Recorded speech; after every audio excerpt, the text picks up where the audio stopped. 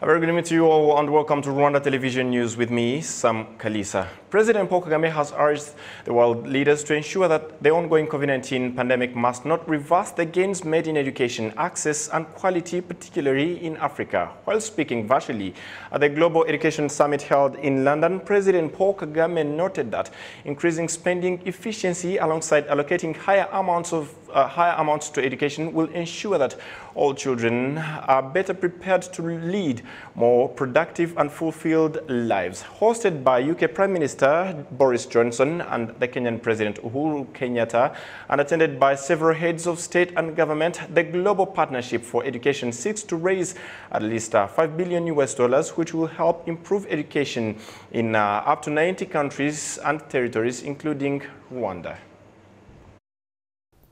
This summit is an important reminder that the ongoing COVID pandemic must not reverse the gains made in education, access, and quality, particularly in Africa. Globally, we still need to triple current spending in education to reach the Sustainable Development Goals target. In Rwanda, we have worked hard to reach the 20% target of education expenditure, including an innovative national effort that built more than 22,500 classrooms in the last year. This serves as a good foundation to do more, and indeed, much more is required of all of us. For example, increasing spending efficiency alongside allocating high amounts to education will ensure that all children are better prepared to lead more productive and fulfilled lives.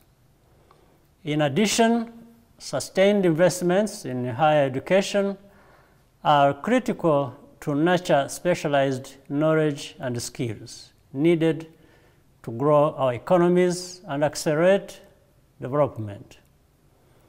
Rwanda looks forward to continued work with the Global Partnership for Education and regional partners towards the best learning outcomes.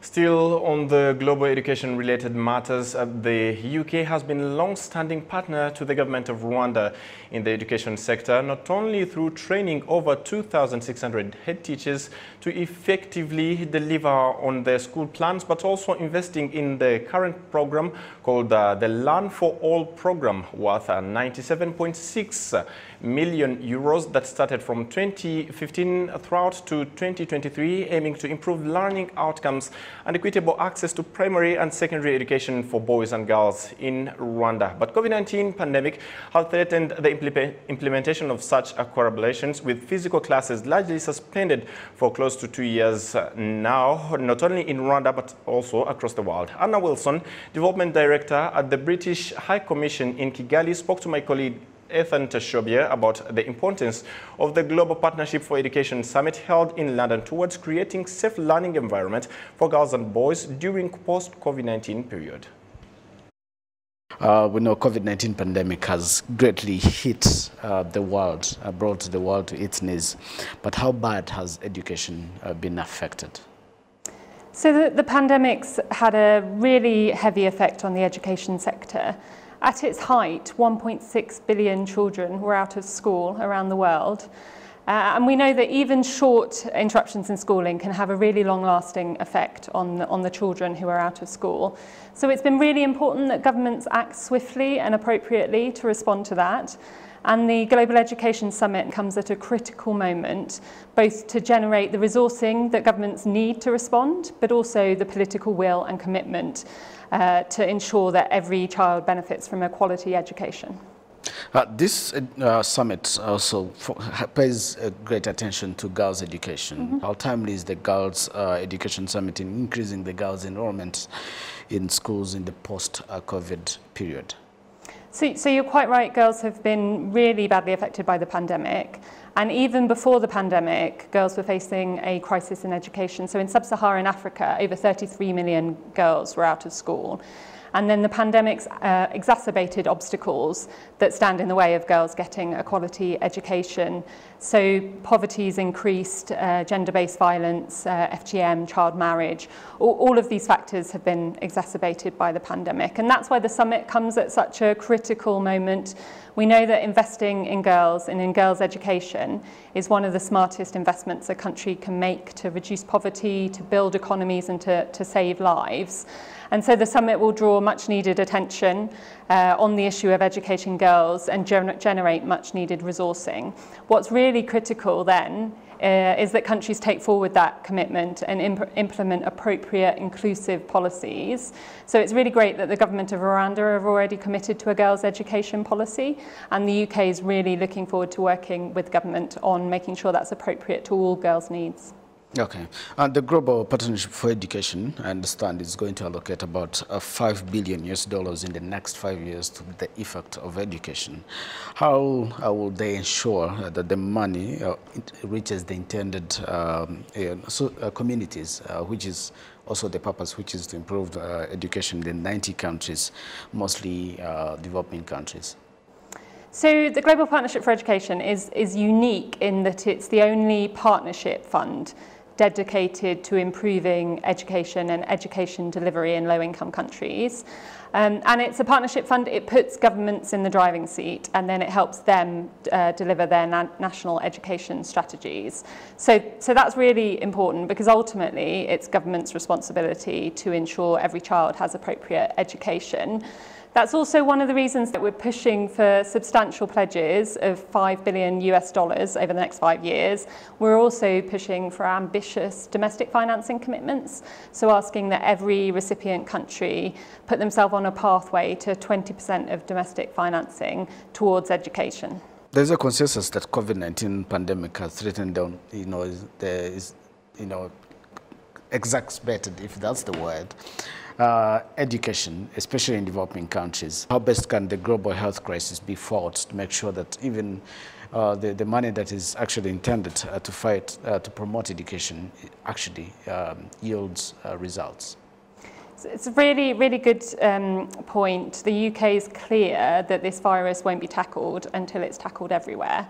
And that's why we've been at the forefront of putting money into the COVAX initiative to ensure that all countries have access to vaccines. So we put in £548 million last year. We also made vaccine access a key priority from our G7 presidency, and at the G7 Leaders Summit in June, leaders committed to vaccinating the world by the end of 2022, and so that meant commitments of 1 billion doses, including 100 million doses from the UK. Okay, so what should a girl, or Rwandan school-going girl, or even a boy, I assume they will be supported in this program altogether, what should they expect from the Global Partnership for Education? So we know education is a massive change enabler. It can really support livelihoods, and it can really develop communities. A Rwandan girl should expect a quality education that's appropriate to her needs and enables her to thrive in the 21st century. And that's why the UK is so committed to working with the government, to working with the GPE, to ensure we improve the quality of education, to ensure we modernise education infrastructure, and ensure we focus on specific sectors and areas that are important now, such as STEM subjects.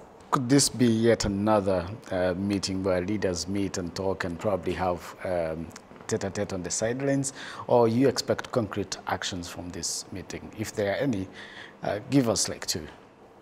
So I'm expecting concrete commitments, so definitely those funding commitments we've discussed, also real political will behind taking this forward.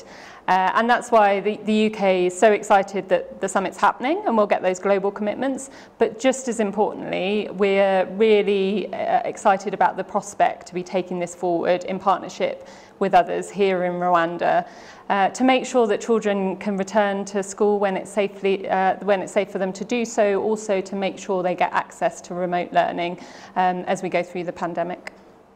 Anna Wilson, Development Director, British High Commissioner in Kigali. Thanks for your time. Thank you very much. We appreciate it. Thank you, Tush. Tashabia.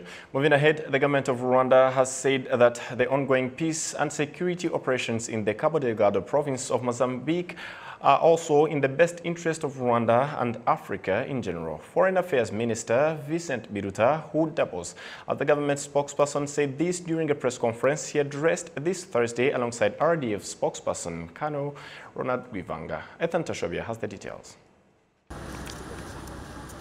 About 3 weeks ago, Rwanda sent 1,000 troops and police officers to Mozambique in the province of Cabo Delgado. While showing reporters a picture of the work done by the Rwandan forces, the spokesperson of Rwanda Defense Forces, Colonel RwandaTV, said Rwanda is yet to suffer any major casualties in Cabo Delgado, but one who sustained minor injuries and is recovering. On the other hand, Colonel Rwivanga says the Rwandan army is occupying various rebel strongholds and have killed a number of insurgents. So between the 24th and the 28th of July, we conducted a number of operations in a general area of Awase. 4 people were killed and a number of equipment was captured. 1 RPG, 1 medium machine gun, 3 submachine guns, and assortment of medicines. 2 were killed on the same day, 24th. Who were on a motorcycle in an ambush between Mbao and Awase. We captured 2 submachine guns, 1 pistol, 8 magazines, 1 computer laptop, including some documents written in Kiswahili. On the 26th, 5 were killed, again at Awase. We captured 8 submachine guns, 02 rocket-propelled grenades, and 1 pistol.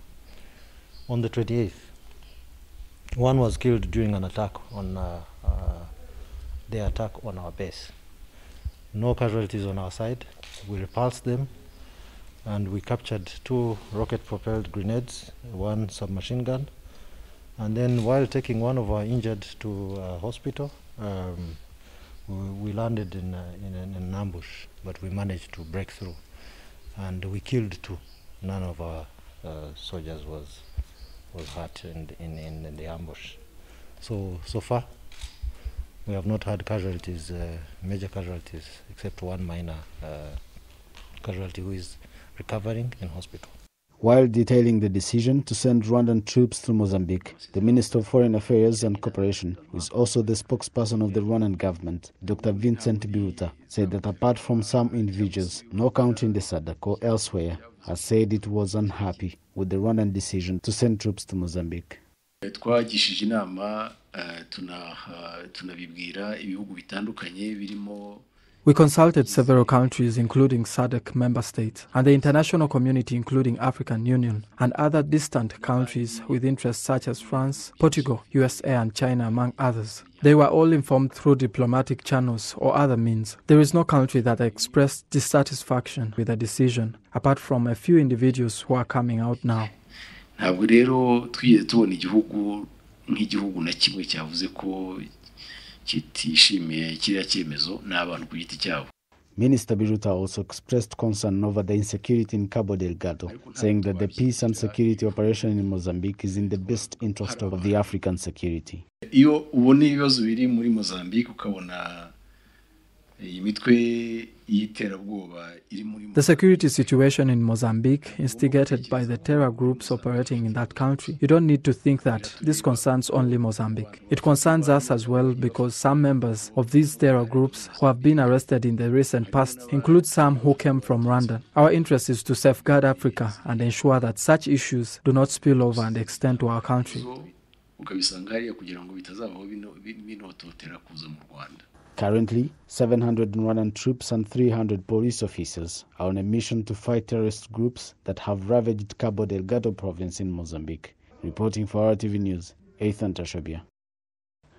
The government of Rwanda has said that those alleging that Rwanda uses Pegasus spyware system have political motivations, including creating bad blood between Rwanda and other countries. This was said during a press conference hosted by Foreign Affairs Minister Vincent Biruta. Innocent Mugabo reports. Pegasus, and it is dangerous. For the last week or so, social media, regional and international mainstream media have been awash with stories related to a computer software known as Pegasus, a spyware developed by Israel's cyber arms firm NSO Group that can be covertly installed on mobile phones running most versions of iOS and Android. Various reports allege that various countries, including Rwanda, have reportedly been using Pegasus to spy on the country's dissidents, among other people, through hacking into their phones and collecting information and giving it to the intelligence services. The Minister of Foreign Affairs and Cooperation, Dr. Vincent Biruta, says this is the second time Rwanda has been accused of using Pegasus, only that those allegations this time are coming from people with interest in the ongoing terror trial involving Paul Rusesabagina. I would like also to make a comment on recent allegations against Rwanda that you have seen in the press, stating the use of a certain spyware by Rwanda. I would like to reiterate here that Rwanda doesn't use this software system, as previously stated by the President of the Republic in 2019. We don't possess that technical capability in any form. It is also important to note the dubious methodology used in coming up with these accusations. Only 0.1% of the phone numbers on the list have been forensically examined, and only half of those had traces of Pegasus. No one knows where the list comes from and what being on the list even means. Another element of this negative campaign is the recent pressure and tentative of meddling with court proceedings from those who teach us about independence of courts and equitable justice. This is simply racism and condescendence. Those who accuse you of not respecting the right to fair trial are the ones dictating you how the court should conduct its business. Those who accuse you of being authoritarian are the ones giving you ultimatums of what needs to be done and immediately. Those who accuse you of not providing justice to the accused are actually denying justice to the victims, maybe simply because these are not Hollywood celebrities or medalists. The government of Rwanda will not cede to any pressures and will deliver justice in all fairness, as it is our constitutional responsibility to the people. Minister Biruta also says that among the other issues behind the Pegasus allegations come from people with ill intentions about Rwanda and the country's relations with other countries. These false accusations are part of an ongoing campaign to cause tensions between Rwanda and other countries and to sow disinformation about Rwanda domestically and internationally. Speaking to reporters when asked about Rwanda's relations with some neighboring countries, Minister Biruta says that while there was still work to be done, relations with Burundi were improving following Prime Minister Dr. Edouard Ngirene's visit in Bujumbura earlier this month. We keep engaging with the government of Burundi, and you can say that there is some progress, and we hope that other actions will follow the visit of the Prime Minister to Burundi. So there is still some work to do, but there is some progress. In relation to Uganda, I would say that the situation has not changed very much, but as a government of Rwanda stands ready to restore a good relationship with all our neighbors, including Uganda. Other topics covered included the Rwanda-Denmark Agreement on Refugees and Migrants.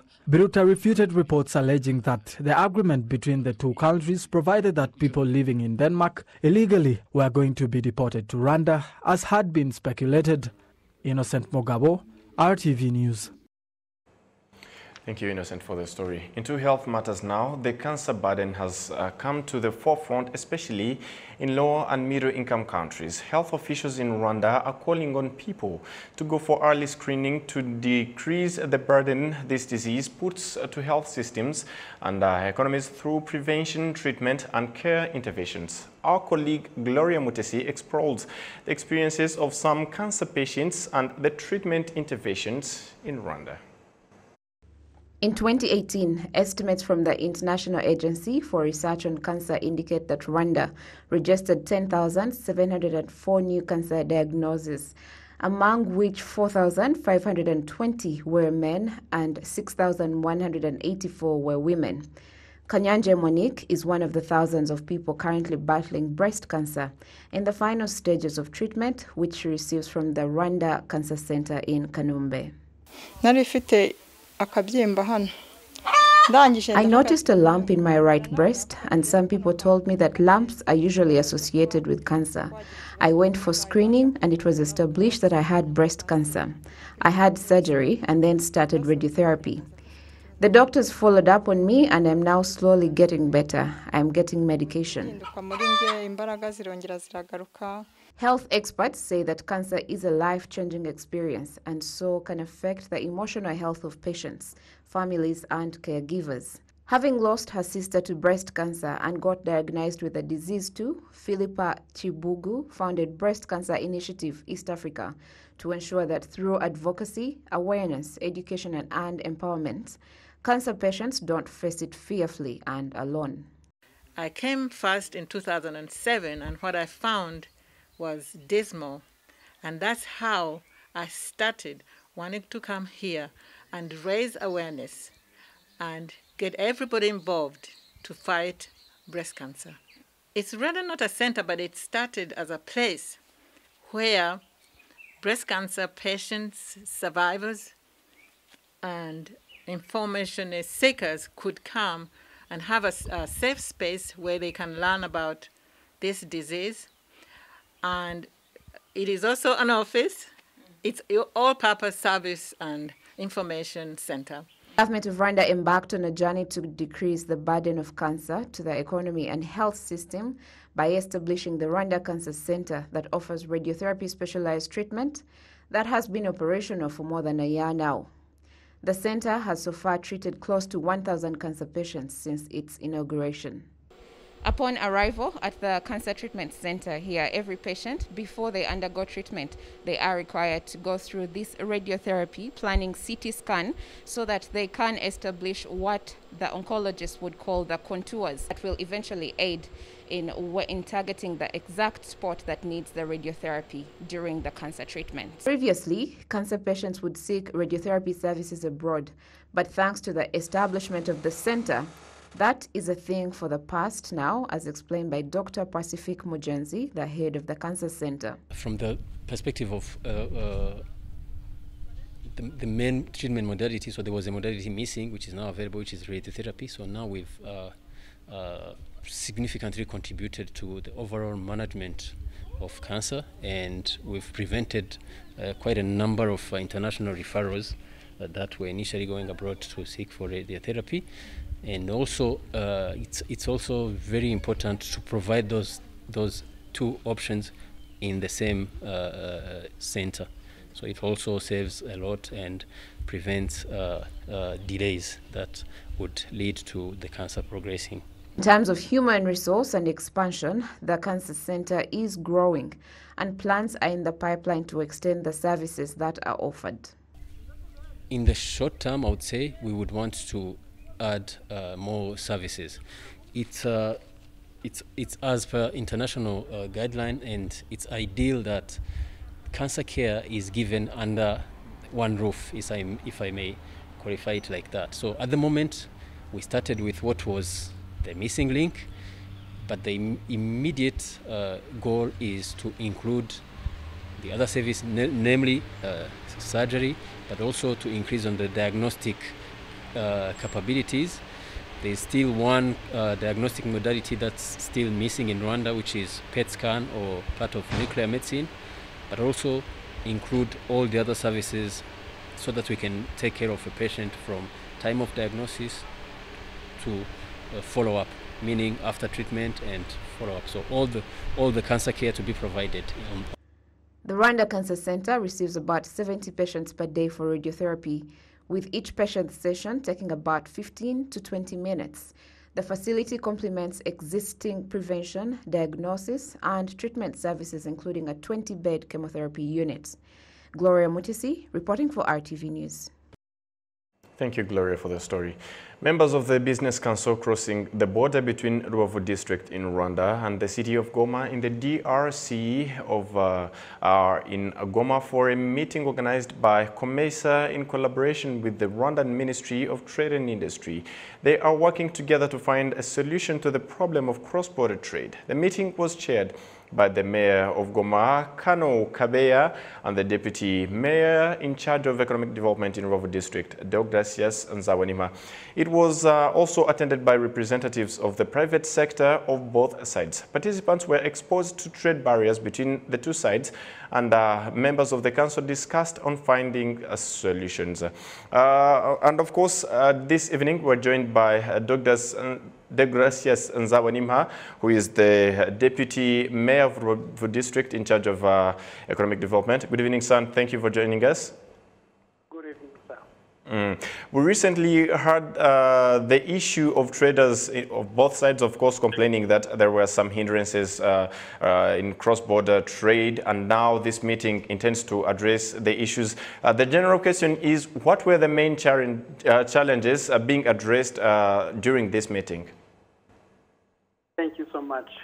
As it has been told, today we met as the Joint Border Committee members coming from Goma and Rubavu cities. So we met, and the main purpose was about the training on the cross-border trade laws and the experience sharing. So some of the issues that have been raised by the small cross-border traders includes the stoppage of the usage of the daily coupons.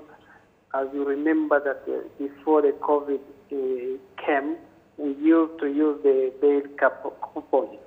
And then there was an issue also of the visa cost. So for the small traders, they were charged some cost for the visa, which are contrary to what is in the protocols that have been sent between the two countries. Now, we discussed about them, and with references from the different protocols and the international cross-border trade laws, and we formulated some resolutions.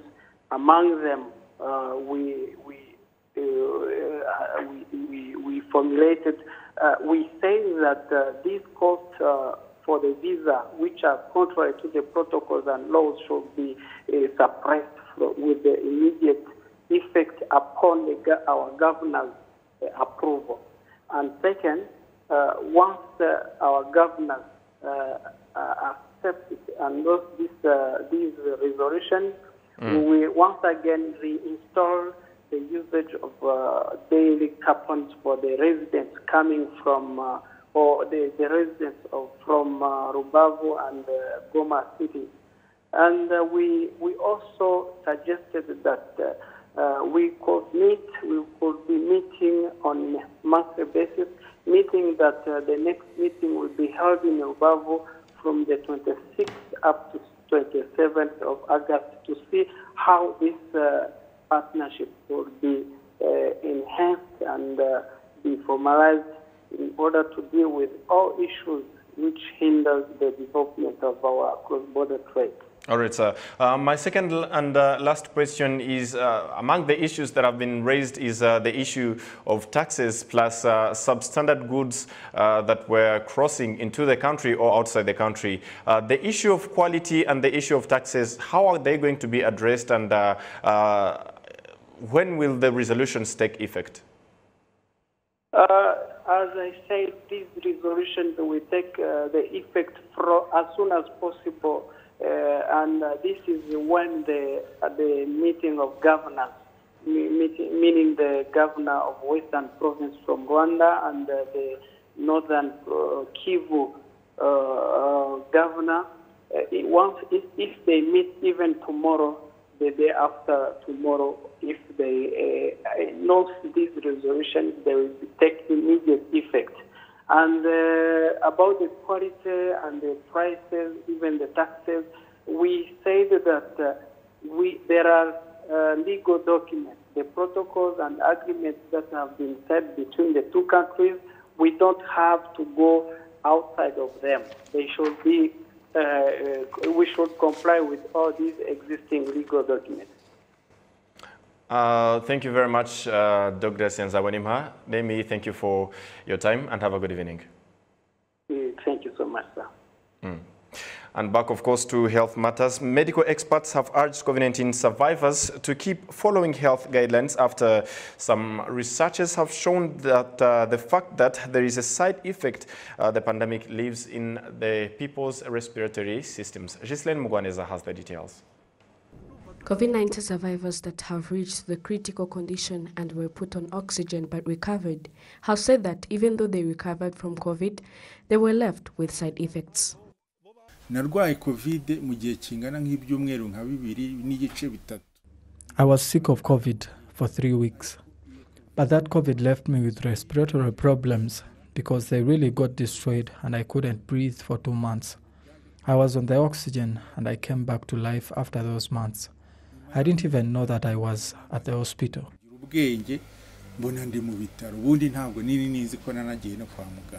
More patients that were left with respiratory organ side effects are being taken care of at CHIK. Due to the short breath, some are not able to talk while having face masks on, and others were put on oxygen again. Yes, I got recovered, but I'm still facing COVID-19 effects. It's almost 1 month while I'm under treatment. I appreciate the hospital's assistance. To those that are at home, be careful about this pandemic. Consult a doctor more often. Get tested. It will be of great use because sitting only and say that you got recovered could lead to bad effects after.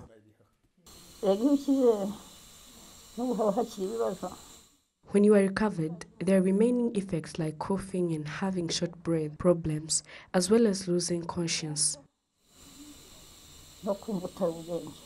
Medical experts have said that COVID-19 leaves side effects to those that had been put on oxygen for a long time. COVID-19 survivors are urged to be more careful and follow advices given by health professionals.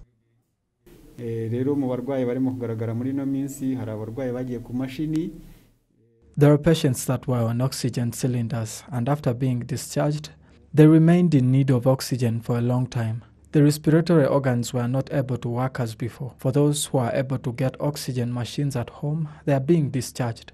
They can spend their life on oxygen. We help others in doing respiratory exercises with the help from physiotherapy and the medical treatments we use to enable lungs to work again.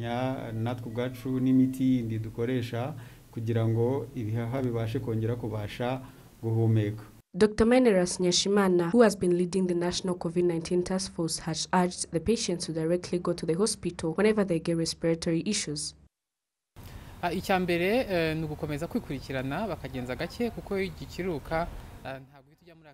First thing is to keep taking care of yourself because you cannot start working immediately after getting recovered. They're still weak. We urge them to do exercises, including lying on the floor, inflating a balloon to increase respiratory capability, avoiding smokes, dust, and so many more. They should also take oxygen tests and tell the health workers how they're doing on a daily basis.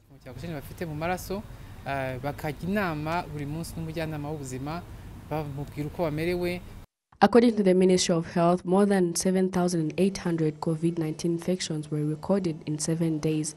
Recoveries are more than 100 in 7 days. All 770 deaths were recorded since COVID-19 was first detected in Rwanda. Ghislaine Mugwaneza, RTV News.